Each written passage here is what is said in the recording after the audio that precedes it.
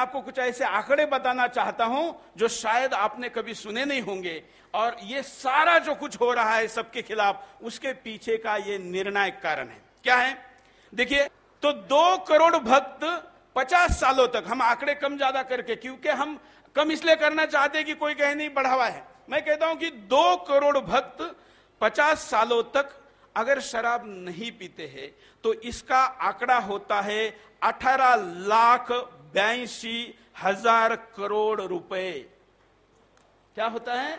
इतने पैसे बचे हैं, इतने पैसे बापूजी ने केवल शराब से बचाए हैं।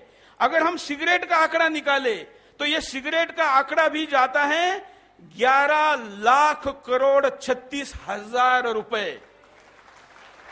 अगर हम गुटखे का आंकड़ा निकाले, हम अगर डांस बार जाने से जिनके कदम बापूजी के संस्कार से रुके, उनके आंकड़े निकाले, और जिस ब्रह्मचार्य का संदेश बापूजी ने दिया, माता बहनें माफ करें लेकिन उल्लेख करना जरूरी है कि एक बच्चा अगर 5 साल देरी से शारीरिक संबंध बनाता है तो इस कारण इन कंपनियों का लाखों करोड़ रुपए, कंडोम बनाने वाले कंपनियों का नुकसान होता है।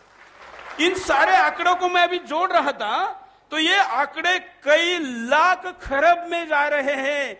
तो इतने खरब रुपए बापूजी ने जिन कंपनियों का नुकसान किया है, उनके लिए कुछ 1000 करोड़ रुपए उनके खिलाफ लगाना कौन सी बड़ी बात है? इसके पीछे का असली अर्थशास्त्र यह है, क्योंकि बहुत से लोग कहते हैं, बेचारे इमोशनल होते हैं, उनको क्या पता कि बापूजी को बदनाम करने के लिए कंपनियों को पैसे लगाने की क्या जरूरत है। ये जरूरत है, क्योंकि बापूजी अब और शक्तिशाली होते जा रहे हैं, उनका भक्त परिवार और बढ़ता जा रहा है, विपरीत स्थिति में भी बढ़ता जा रहा है। और ये जो खरबों करोड़ों खरबों, मतलब अगर मैं शून्य लगाने को कहूं तो शायद हम में से कोई नहीं लगा पाएगा, इतने अब तक जो बचाए हैं, अगले आने वाले 5 साल में बापूजी इतना आंकड़ा अगर बचा लेते हैं तो अमेरिका का 1 साल का बजट खराब होता है। 1 साल का बजट अकेले अमेरिका का। यूरोप के देशों की अगर संख्या निकाले तो बापूजी का केवल एक किसी विषय की नशा मुक्ति करवाना यूरोप के देशों का 1 साल का बजट खराब होता है। और उनका काम ही है, उनके लिए दुनिया बाजार है, लेकिन हमारे लिए दुनिया संसार है। ये हम दोनों के बीच के सोच का फर्क है, और इसलिए हम कहते हैं वसुधैव कुटुंबकम, और ये अर्थशास्त्र हमको समझना जरूरी है। ये इसके पीछे का कारण है। जाहिर है इन सब से कई मल्टीनेशनल कंपनियों की जेबें हल्की हुई होंगी और उन्हें बापू किसी दुश्मन से कम नहीं लगते होंगे।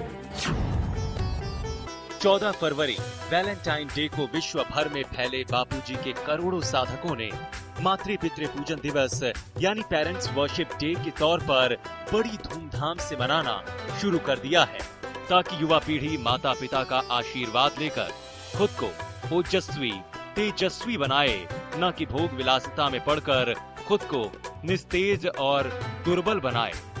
वैलेंटाइन डे अपने माता पिता के साथ मनाएंगे तो काफ़ी अच्छा उनको लगेगा, क्योंकि मेरे ख्याल से एक माता पिता एक ऐसे 2 इंसान होते हैं कि आप कितना भी खराब करें, कितना भी अच्छा करें, वो आपको हमेशा उसी प्रेम और उसी प्रभाव से मिलेंगे।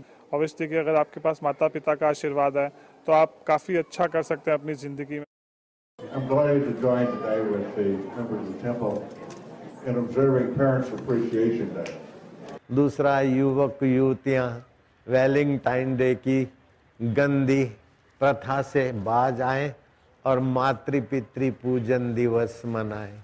ये झूठी परंपरा मनाने वालों की दुर्दशा से हमारा हृदय व्यथित होता है, लाखों का हृदय व्यथित होता है। तो देर सबेर ये गंदी परंपरा हमारे भारत से तो जाए, इसलिए ये मानव मात्र के कल्याण का उद्देश्य रखकर मातृ पितृ पूजन दिवस मनाए। बच्चा पिता का पूजन करे, बच्ची माँ का पूजन करे, तिलक करे, प्रदक्षिणा करे, और माँ बाप बच्चों को तिलक करे और हृदय से लगाए। ऐसे कई सारे दैवीय कार्य जिससे सनातन संस्कृति पुनः स्थापित हो, देश के युवा सशक्त हों, हर नागरिक जागरूक हो और पाश्चात्य अंधानुकरण जैसे शराब, सिगरेट एवं अश्लीलता आदि को त्याग कर संयम के रास्ते चलकर भारत को पुनः विश्व गुरु के पद पर आसीन करने की कोशिश बापू ने की।